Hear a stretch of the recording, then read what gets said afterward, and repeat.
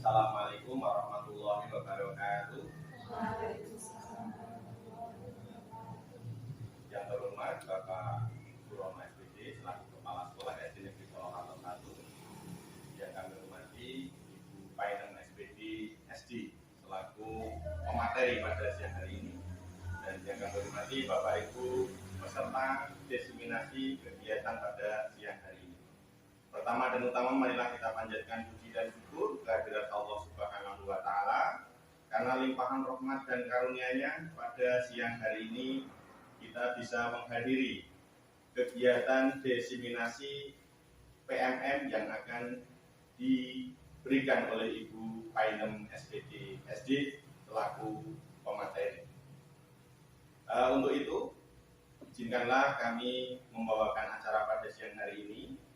Yang pertama adalah pembukaan, kemudian dilanjutkan sambutan oleh Kepala SD Negeri Polokarto 1. Dilanjutkan acara selanjutnya adalah isian materi yang akan disampaikan oleh Ibu Painem SPD SD. Kemudian acara yang terakhir adalah penutup. Ibu Bapak yang kami hormati, marilah kita awali pada acara hari ini. Acara yang pertama pembukaan, kita awali dengan bacaan basmalah bersama-sama. Bismillahirrahmanirrahim. Mudah-mudahan Allah memberikan rahmat kepada kita semua. Ibu Bapak yang kami hormati, kita lanjutkan untuk acara selanjutnya, sambutan Kepala SD Negeri Polokarto 1 kepada Bapak Surono SPD. Dipersilakan.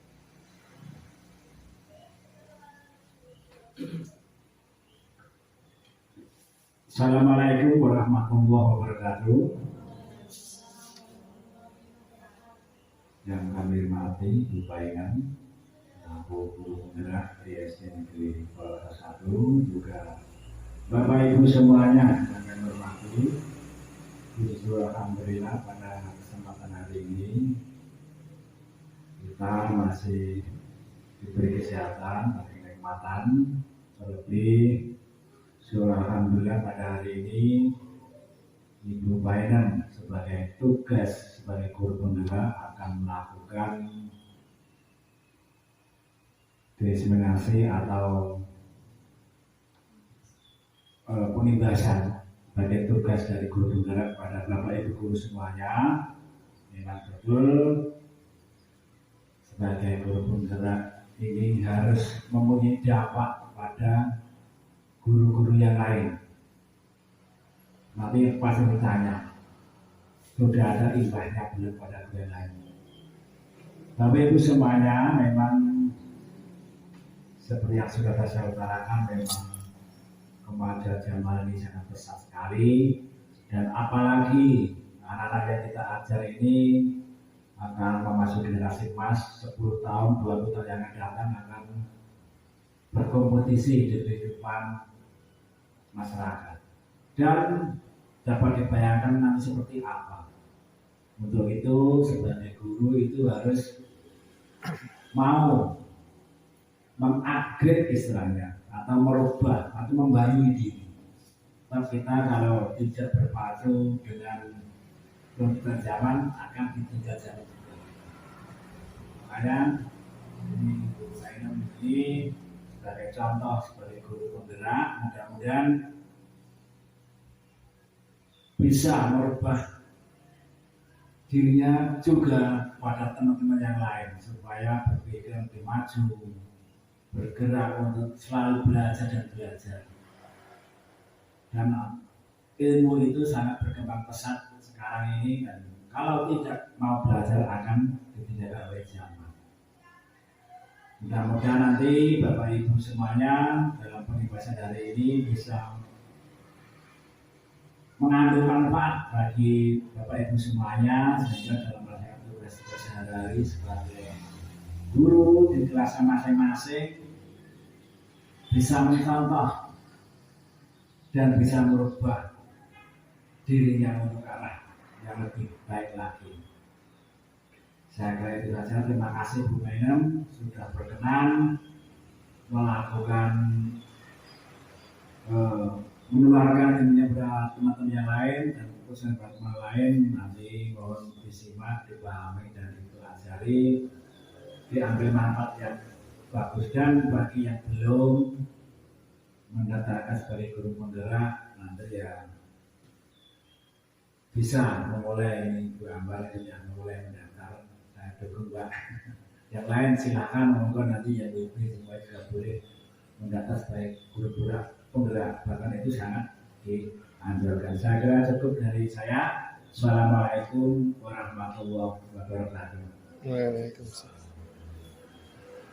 Bapak Ibu yang dihormati, demikian sambutan Kepala SD Negeri Polokarto 1 atas kegiatan pada siang hari ini dan ucapan selamat datang kepada Ibu peserta kegiatan pada siang hari ini. Bapak Ibu yang dihormati, untuk selanjutnya kami lanjutkan untuk acara berikutnya, isian materi diseminasi atau pengimbasan pada siang hari ini oleh guru penggerak Ibu Painem SPD SD. Kepada Ibu Painem SPD SD dipersilakan.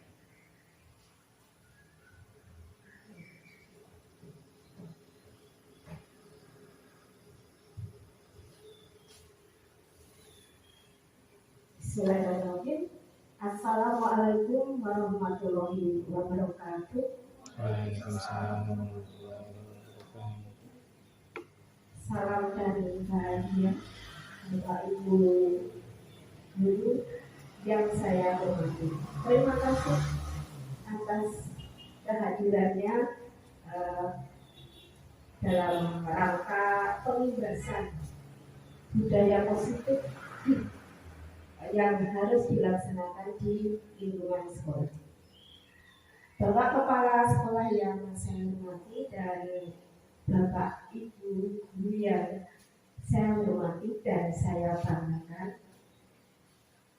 Pertama-tama, marilah kita panjatkan puja dan puji syukur kehadirat Tuhan Yang Maha Esa, karena atas limpahan rahmat-Nya kita dapat bertemu dan mengadakan silaturahmi untuk mengikuti pengimbasan di pagi dan siang hari ini dalam rangka pengimbasan budaya positif.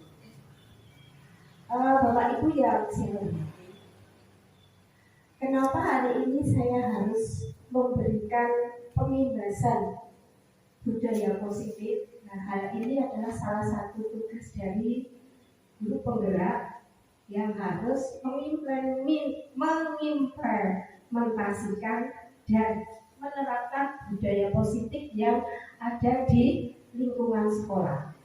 Nah, apa itu budaya positif? Next.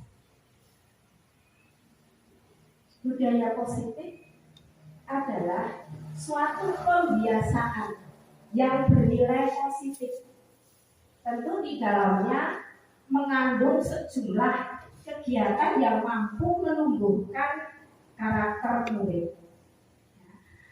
Dalam budaya positif ini makanya perlu dibangun di setiap kelas, ya, tidak hanya di sekolah namun juga di setiap kelas. Nah, budaya positif ini sesuai dengan standar pendidikan nasional, yaitu dalam rangka menciptakan lingkungan yang positif.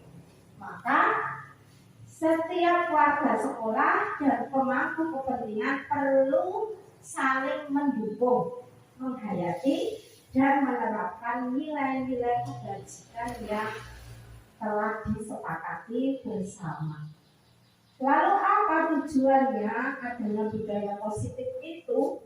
Yaitu terbentuknya murid-murid yang berkarakter, disiplin, santun, jujur, peduli, bertanggung jawab, dan yang utama adalah merupakan pembelajar sepanjang hayat.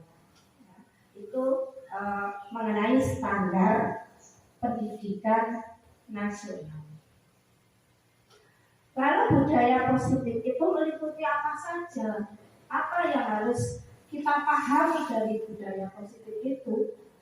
Yang pertama adalah perubahan paradigma belajar.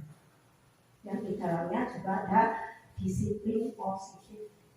Kemudian yang kedua, motivasi perilaku manusia beserta kebutuhan dasarnya, dan juga pembentukan keyakinan sekolah ataupun kelas. Dan posisi kontrol itu ada 5 nanti. Kemudian yang terakhir segitiga restitusi, ya, penanganan suatu masalah. Yang pertama adalah perubahan paradigma belajar. Paradigma sendiri artinya apa, Bapak Ibu? Paradigma itu artinya berpikir, ya. Di dalamnya itu tentu ada model yang digunakan, ada metode. Nah, untuk melakukan perubahan ini, sekolah perlu menyediakan lingkungan yang positif, aman, nyaman, agar murid-murid itu mampu berpikir, bertindak, dan mencipta dengan merdeka, mandiri, dan bertanggung jawab.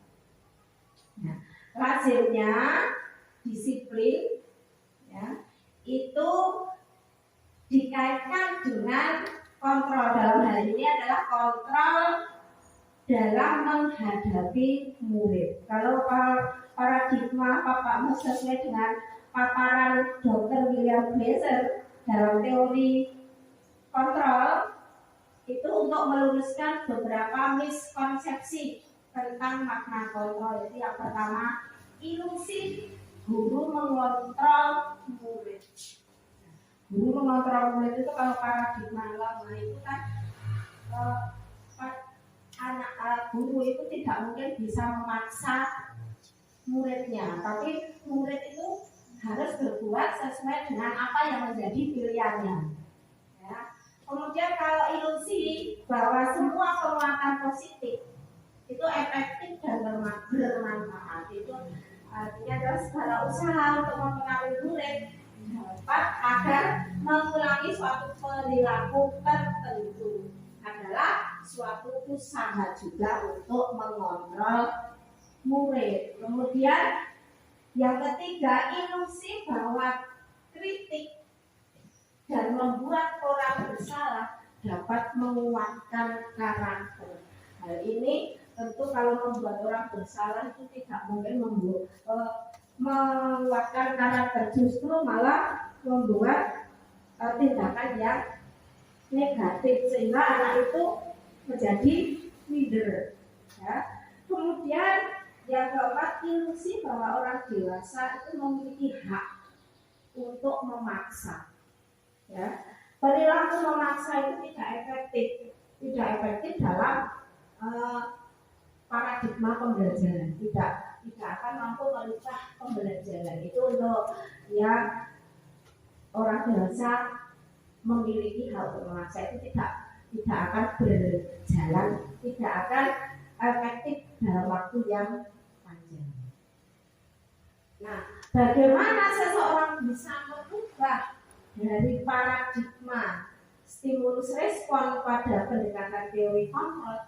Nah, stimulus respon itu tanggapan terhadap rangsangan, ya, tadi ya istilahnya paradigma lama. Nah, sekarang kita menuju ke pendekatan teori kontrol, itu sesuai dengan teori dari Stephen Covey yang mengatakan bahwa bila kita ingin membuat kemajuan perlahan, sedikit-sedikit ubahlah sikap dan perilaku Anda.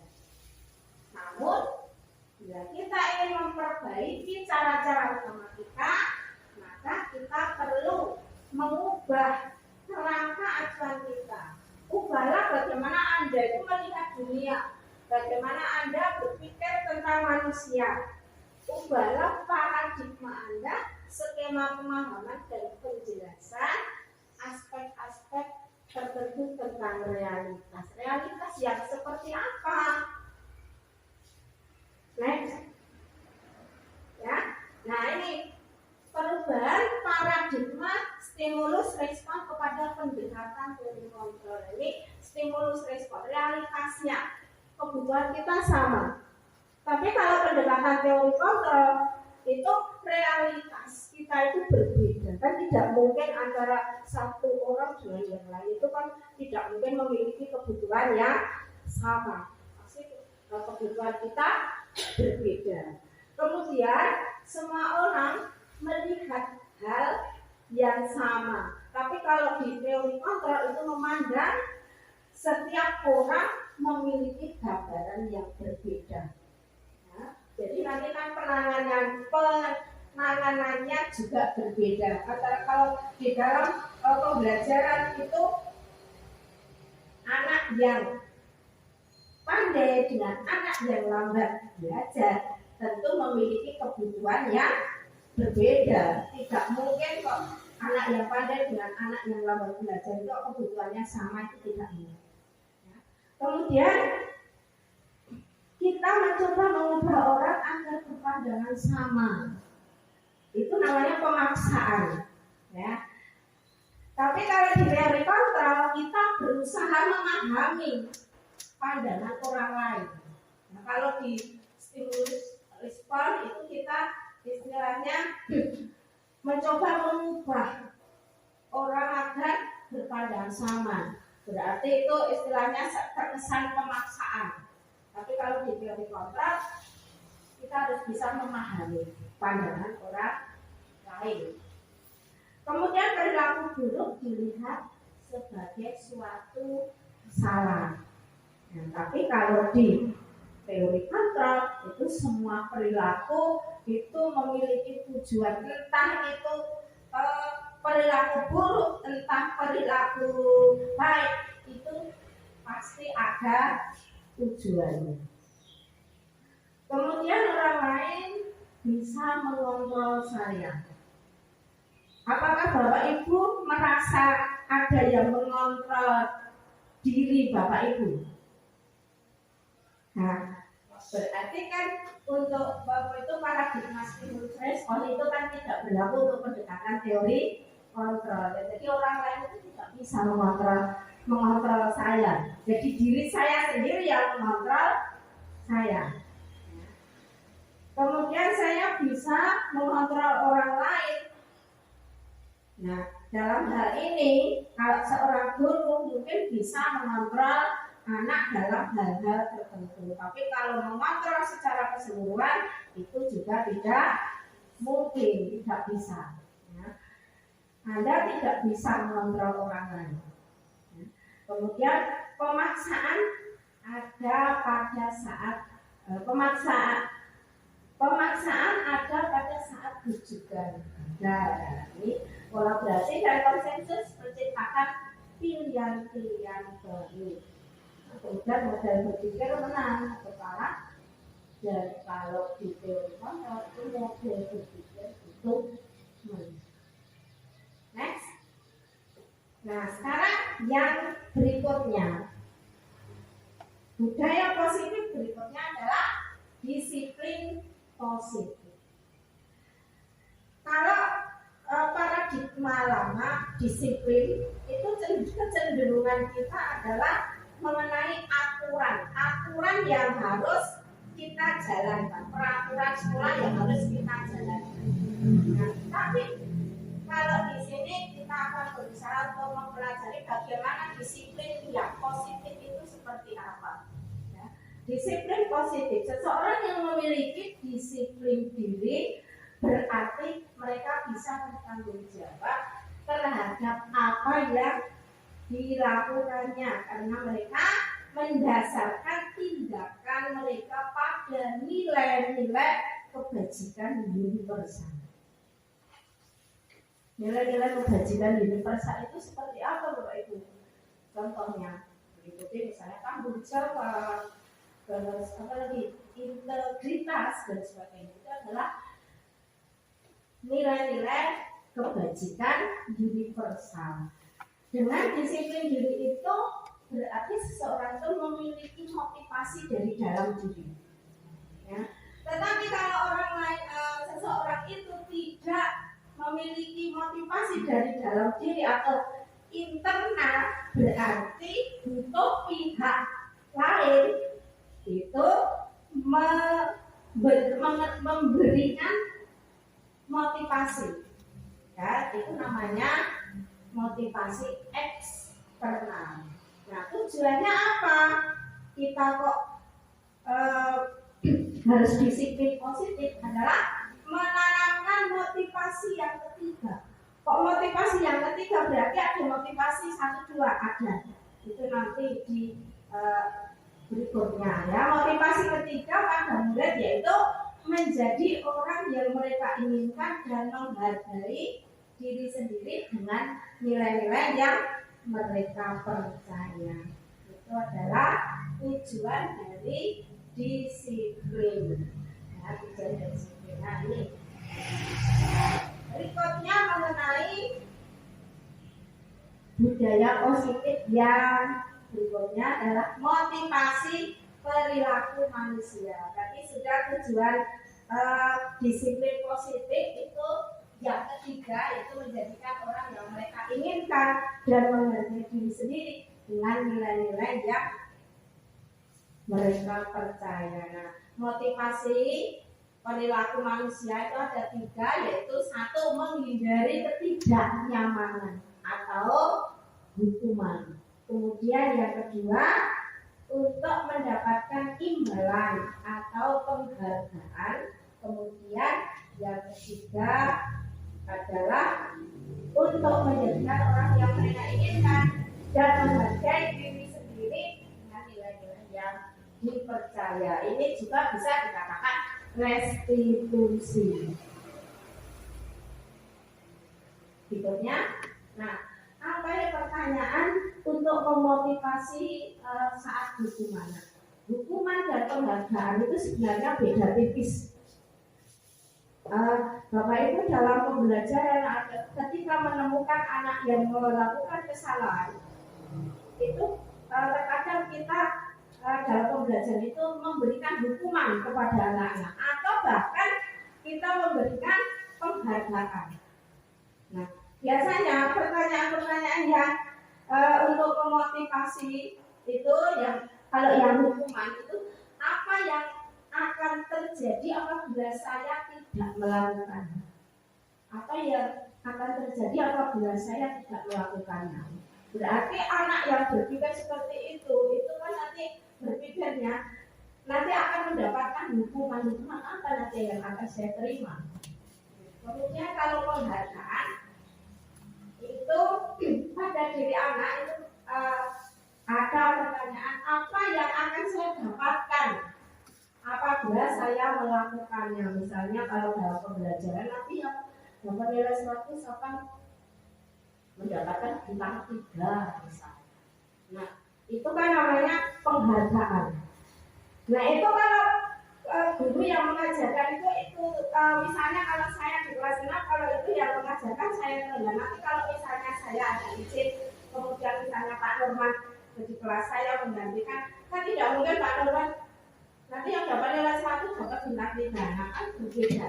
Aturan antara guru satu dengan guru yang lain kan berbeda. Makanya hukuman dan penghargaan itu tidak dianjurkan dalam memberikan motivasi. Ya, tapi memotivasi itu melalui restitusi, itu akan menjadi orang seperti apa jika saya melakukannya. Lalu nanti akan menemukan nilai-nilai kebajikan yang universal. Next, nah sekarang ada contoh kasus hukuman atau penghargaan. Coba Bapak Ibu perhatikan. Dibaca, kemudian nanti ada pertanyaan. Nah, kita kurang menguasai pembelajaran matematika sehingga saat belajar tersebut dia lebih banyak ujian diri atau menggambar di buku pelajaran. Pada saat di matematika ya, yaitu Pak Seno menanyakan pertanyaan IPA jadi buku dan tidak sengaja menjatuhkan tas dari kursi. tiba-tiba menjadi gagap dan berusaha menjawab. Seluruh kelas malah tertawa melihat perilaku IPA. Pak Seno saat itu membiarkan teman-teman IPA itu mentertawakan dan malahan minta IPA itu maju dan berdiri di depan kelas sambil menunjuk hidungnya.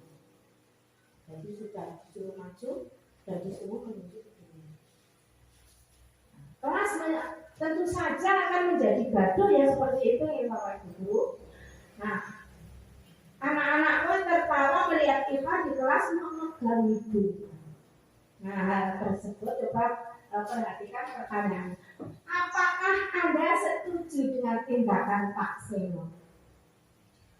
Kira-kira setuju tidak? Mengapa? Mengapa tidak setuju, Bapak Ibu?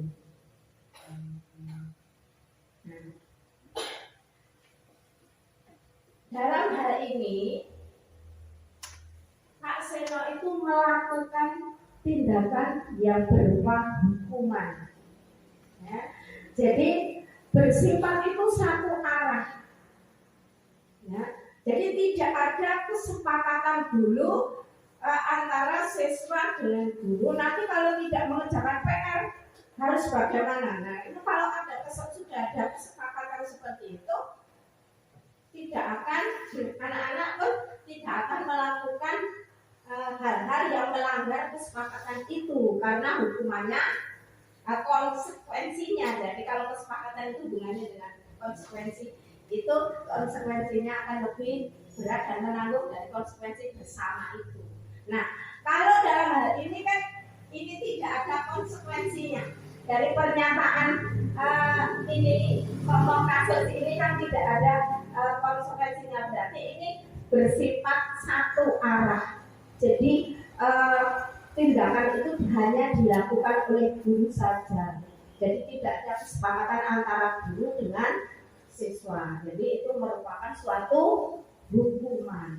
Menurut Anda tindakan Pak Seno terhadap IPA itu hukuman atau konsekuensi? Ya tadi sudah terjawab ya, merupakan suatu hukuman. Karena sifatnya satu arah. Nah, sekarang apa itu hukuman, konsekuensi, dan restitusi? Hukuman adalah sanksi fisik maupun psikis. Fisik maupun psikis bisa kadang-kadang mungkin kalau zaman dahulu itu kan seorang guru itu melempar penghapus itu hal biasa ya kalau dulu, tapi sekarang tidak boleh. Ya, sebenarnya dari dulu pun juga tidak boleh, ya, tapi itu sudah paradigma lama. Nah, bagaimana dengan secara psikis itu berarti mentalnya. Nah, tapi perbuatan guru terhadap IPA itu adalah hukuman secara psikis. Jadi membuat anak itu down, membuat anak itu merasa rendah diri, kecewa, sedih dan sebagainya itu karena ditertawakan oleh teman-temannya di depan kelas. Nah, itu kan suatu hukuman secara psikis.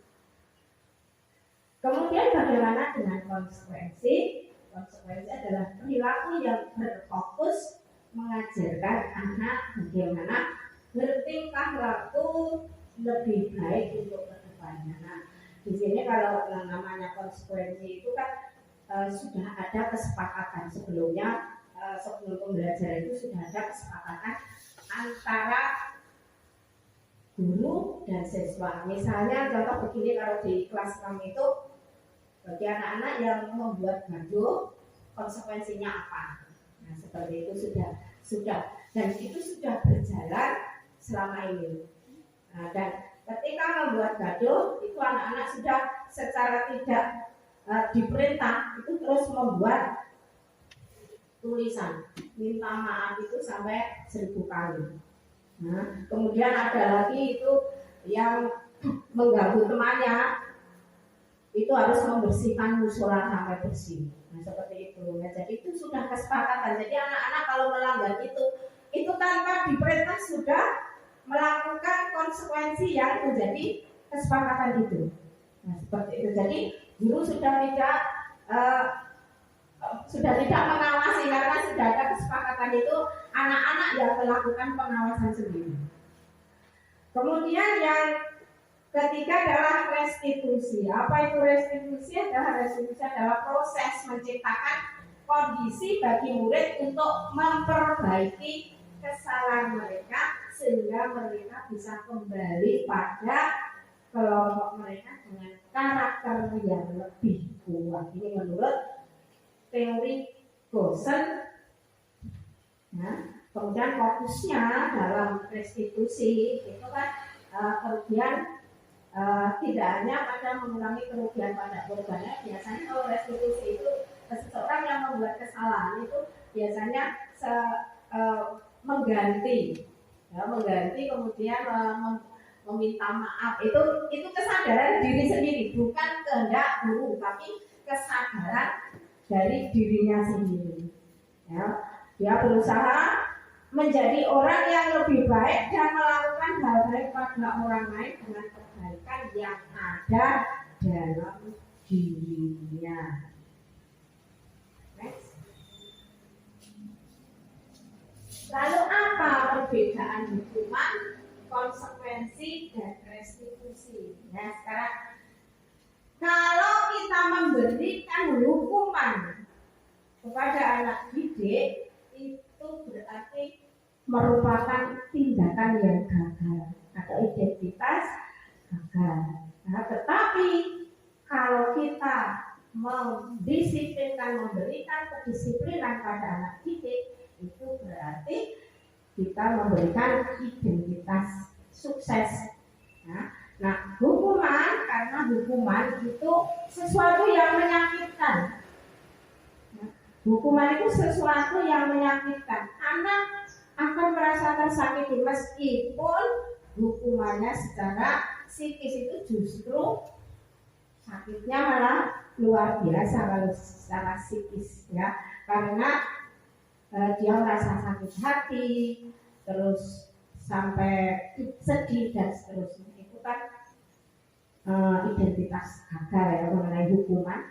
Kemudian kalau anak itu nanti akan berperilaku pasif. Pasif itu mungkin karena dia itu minder, jadi mungkin mengisolasi diri. Tapi justru ada, kalau ada yang anak pasif, tapi ada anak yang malah lebih agresif. Dia itu mendapatkan hukuman tidak hanya tidak malah mendor, tapi dia malah menjadi-jadi. Seperti itu namanya agresif. Kemudian dampak muridnya bagaimana? Itu malah dia akan merasa marah, merasa bersalah dan sebagainya. Nah, biasanya hukuman itu dibuat oleh guru, jadi sifatnya itu satu arah. Kemudian bagaimana dengan identitas sukses? Itu melakukan disiplin.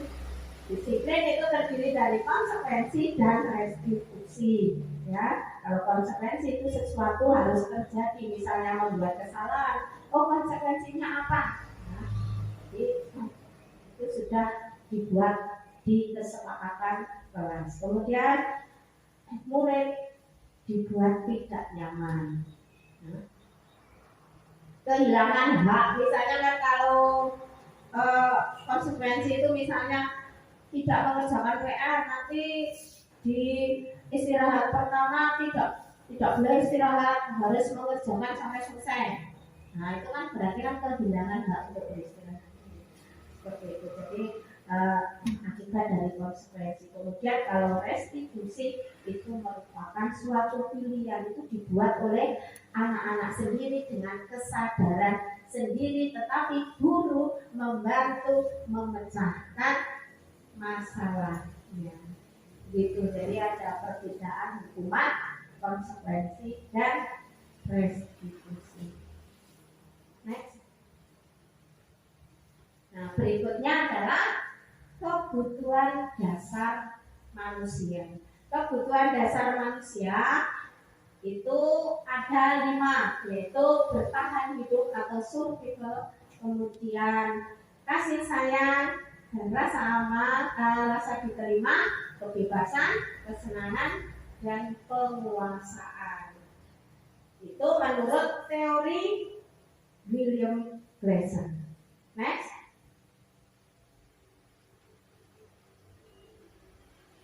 Lima kebutuhan dasar manusia. Nah, kebutuhan dasar yang pertama adalah kebutuhan bertahan hidup. Apa yang ada di dalamnya yaitu kebutuhannya bersifat fisiologis dan biologis. Kalau fisiologis itu mengenai standar pangan, pakan dan sebagainya, itu kan secara fisiologis. Kemudian kalau biologis ya proses reproduksi itu kan, nah, itu adalah kebutuhan bertahan hidup. Kemudian kasih sayang dan rasa diterima. Nah, itu kalau yang kebutuhan bertahan hidup itu fisiologis, kalau yang kasih sayang itu mestinya berkaitan dengan psikologis yang berhubungan dengan hubungan sosial, ya, koneksi sosial. Kemudian penguasaan, jadi penguasaan itu biasanya pengakuan atas kemampuan yang dimiliki, ya, jadi berhubungan dengan kekuatan untuk mencapai sesuatu, ya, menjadi kompeten, jadi terampil, diakui atas prestasinya. Dan keterampilan itu digelarkan oleh orang lain, itu namanya penguasaan. Kemudian kebebasan akan pilihan, kebutuhan akan kemandirian, ekonomi, memiliki pilihan. Nah, itu adalah mengenai kebebasan. Sekarang yang kebutuhan dasar kelima adalah kesenangan. Kebutuhan untuk merasa senang, kemudian untuk mencari kesenangan, bermain, tertawa, nah itu dihubungkan dengan kesenangan belajar. Jadi pembelajaran yang tidak kaku. Next. Nah, sekarang pembentukan keyakinan kelas. Nah, ini contoh keyakinan kelas yang ada di kelas 6. Nah, itu ditempel di dinding, kemudian saya foto. Itu contohnya. Next, apa itu keyakinan kelas? Nah, kita bahas mengapa kok keyakinan kelas, bukan peraturan kelas. Nah, sebelum mengetahui apa itu keyakinan kelas, perhatikan dulu pertanyaan yang ada. Mengapa kok kita memiliki peraturan tentang penggunaan helm saat mengendarai kendaraan? Hal ini itu tanpa ditanya pun semua orang pasti menjawab itu demi keselamatan. Nah, itu kan yang muncul dari diri sendiri, ya. Kemudian mengapa kita harus pakai masker dan mencuci tangan, itu kan juga untuk kesehatan. Nah, itu muncul motivasi intrinsik dari dalam diri kita. Nah, hal ini dihubungkan dengan keyakinan itu tadi. Next, lalu dengan melihat pertanyaan itu, kita bisa mengetahui apa itu keyakinan.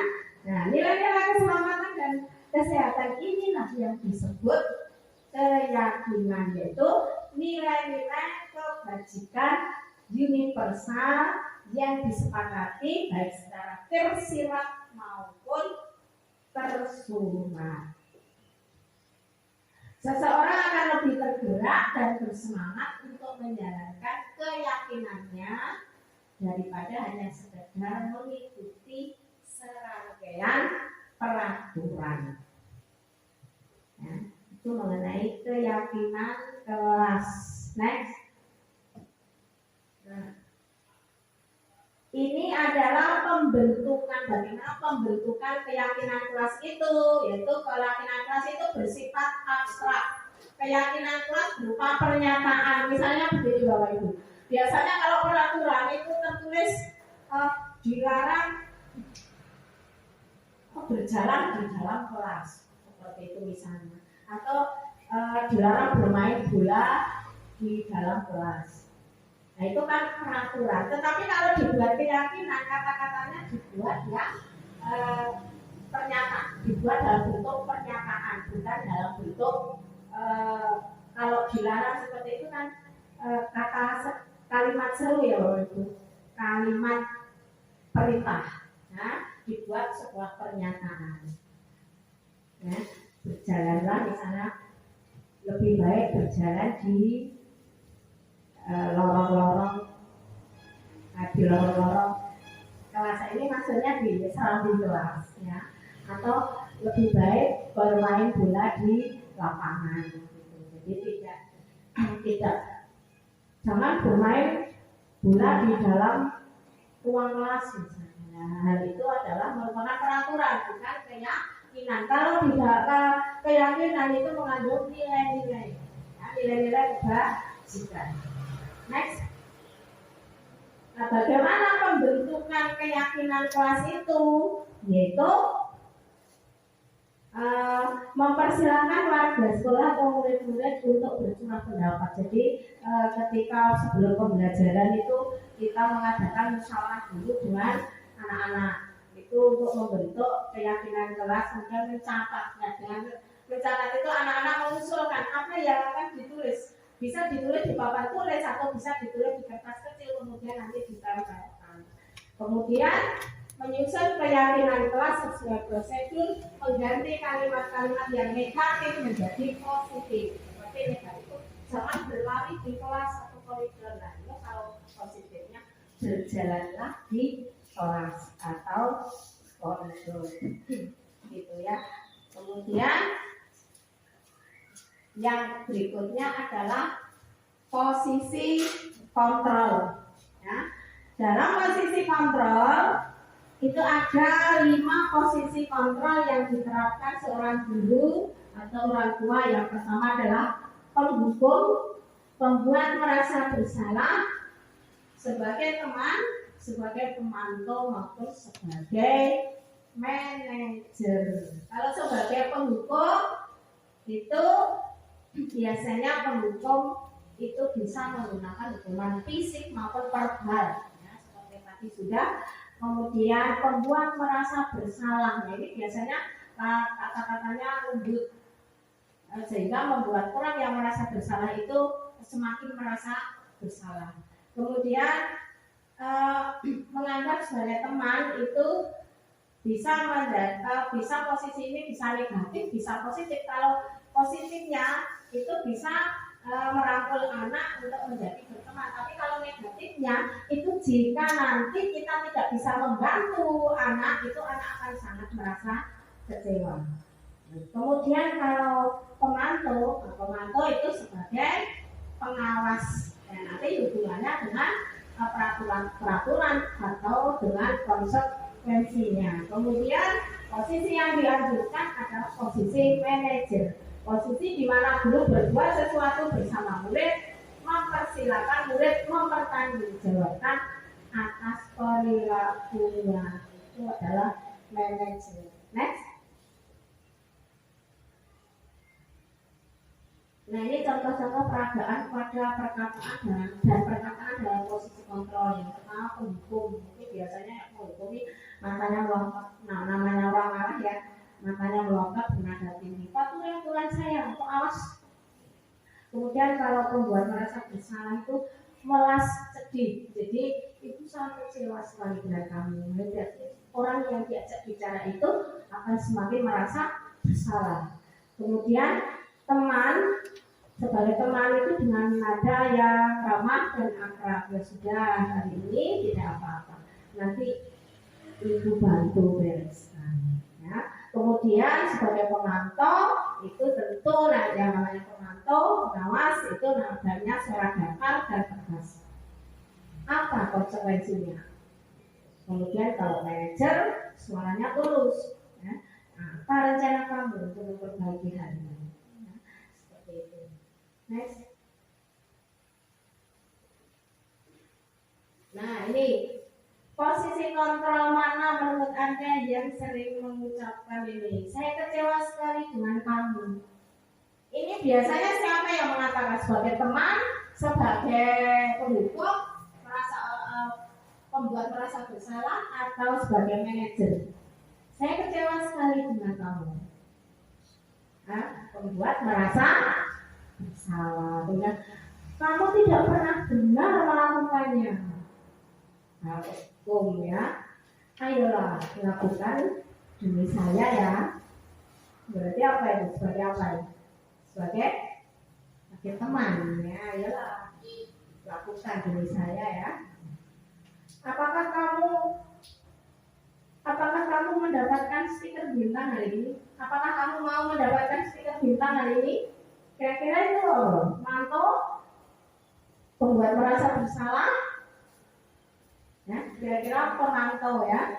Bagaimana kamu bisa menyelesaikan masalah ini? Nah ini ya manajer.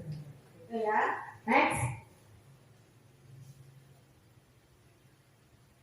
Nah ini adalah contoh segitiga restitusi. Apa itu segitiga restitusi?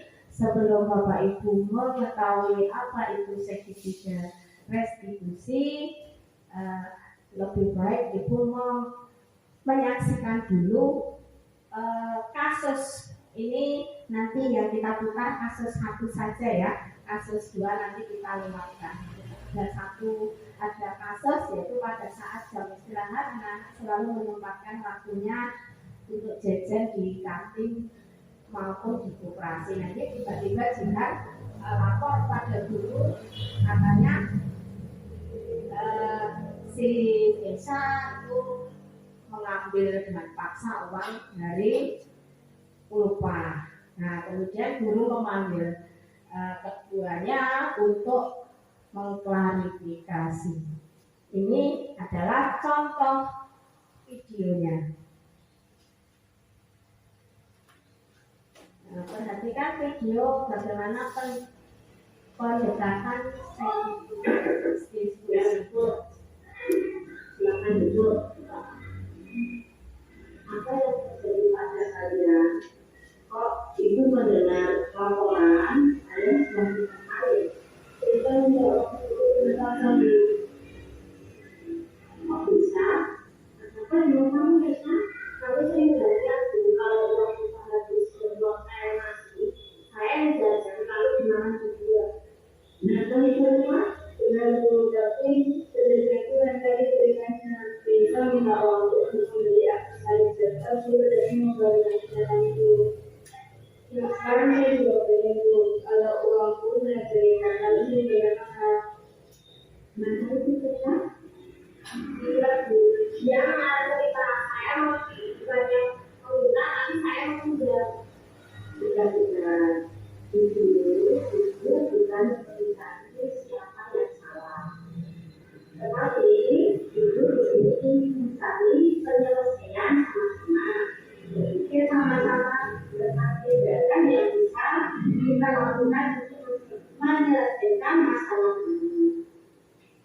Kalian melakukan semua itu pasti ada alasan dengan untuk upah ingin membeli, ingin menggunakan uang untuk membeli.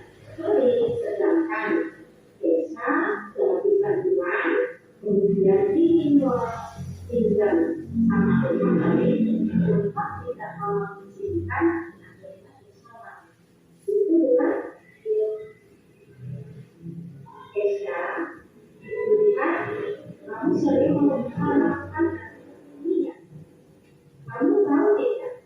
Kalau apa yang kamu lakukan ini bisa membuat orang tersesak dan membenci. Dan sekarang kamu dalam masalah kita. Karena mari kita bicarakan tentang keyakinan jelas dan keyakinan selanjutnya. Apa yang kita percaya, perilaku apa yang belum kamu lakukan. Bersikap baik sama orang lain, menghargai orang dan selalu memiliki sama masing. Terus kamu membina dengan keyakinan hati.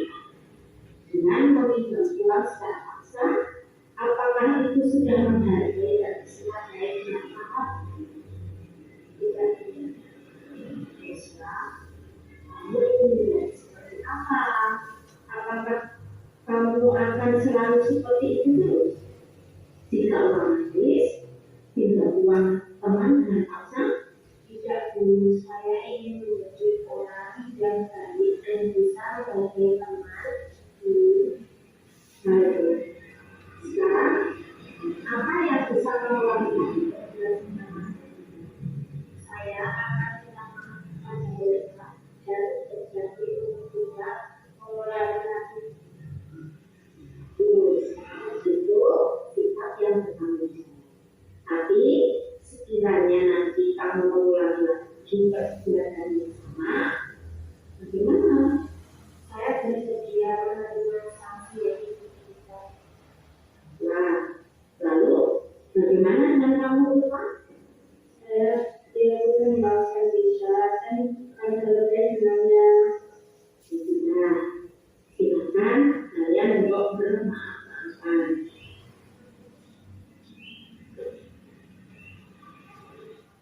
Hari ini kalian telah mendapatkan suatu pelajaran berharga dalam kehidupan, yaitu menyelesaikan masalah untuk tidak menyakiti teman. Nah, silakan masuk ke dari setelahnya.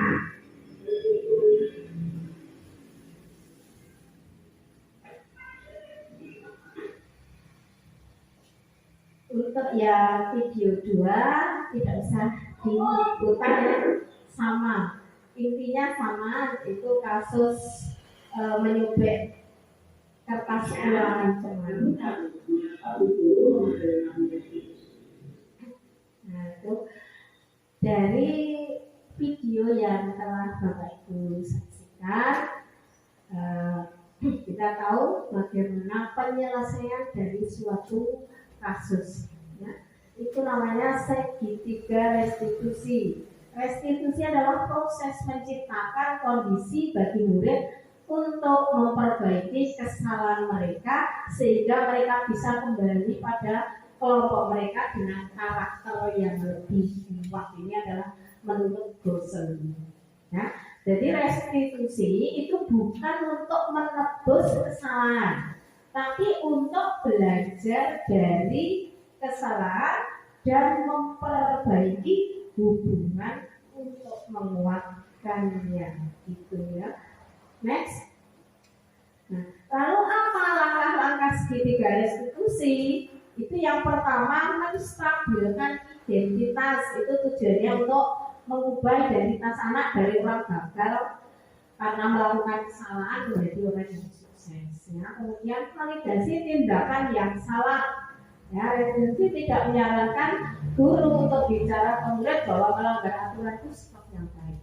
Ya, tapi dalam restitusi guru harus memahami alasannya dan paham bahwa setiap orang pasti melakukan hal yang terbaik di waktu tertentu. Kemudian yang langkah ketiga, menanyakan keyakinan. Ketika identitas sukses, setelah tahap langkah 1, kemudian langkah 2, itu maka anak akan siap untuk dihubungkan dengan nilai-nilai yang dia percaya.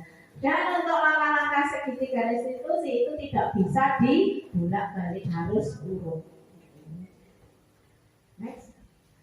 Nah, inilah bagian segitiga restitusi. Ya. Yang pertama segitiga restitusi itu ya adalah menstabilkan identitas. Itu apa? Biasanya yang diucapkan oleh guru itu setiap orang pasti pernah melakukan kesalahan, atau kamu bukan satu-satunya yang pernah melakukan ini.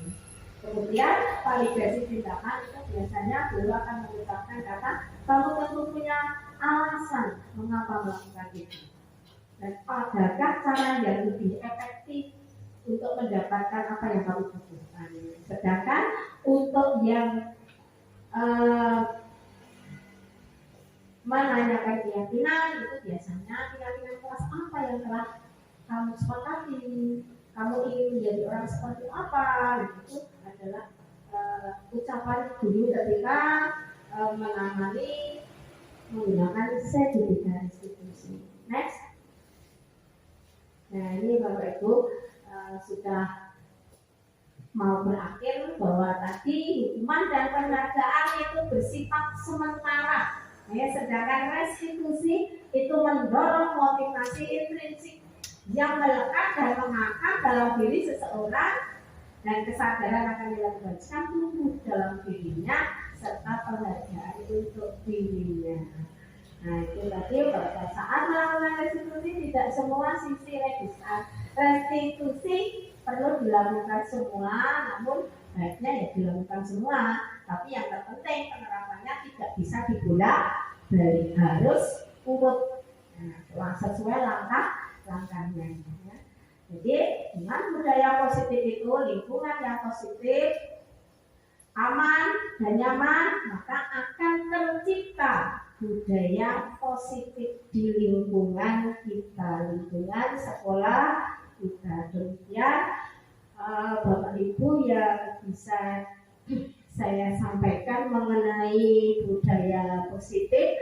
Ada salah kurangnya saya mohon maaf, dan jika ada yang belum paham bisa ditanyakan. Begitu Bapak Ibu, saya akhiri. Assalamualaikum warahmatullahi wabarakatuh.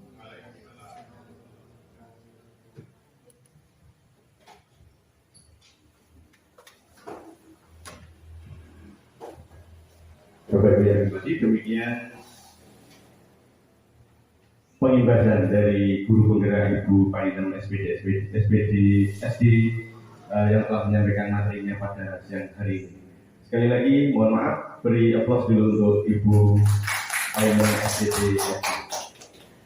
Bapak Ibu yang hormati, mungkin sebelum dilanjutkan untuk acara yang terakhir, ada sesi tanya jawab. Tadi ada pertanyaan yang mungkin bisa disampaikan kepada Ibu Paitem SPD SD selaku guru penggerak untuk materi budaya positif. Ada yang bisa ditanyakan? Ada yang ingin bertanya ataupun kurang paham terkait materi ini? Cukup, J? Ya Allah, cukup, J. Baik, Bapak Ibu yang hormati, demikianlah acara pengimbasan pada siang hari ini. Tuntas pula kegiatan pada siang hari ini.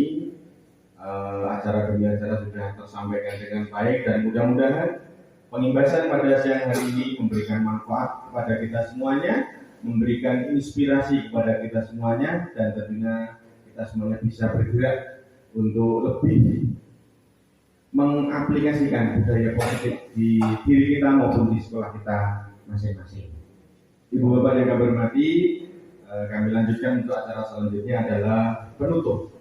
Baik, Bapak Ibu yang hormati, marilah kegiatan diseminasi atau pengimbasan guru penggerak dengan materi budaya positif pada siang hari ini kita akhiri dengan bacaan hamdalah bersama. Alhamdulillahirabbil alamin. Mudah-mudahan Allah memberikan berkah dan barokahnya kepada kita semuanya. Amin ya rabbal alamin.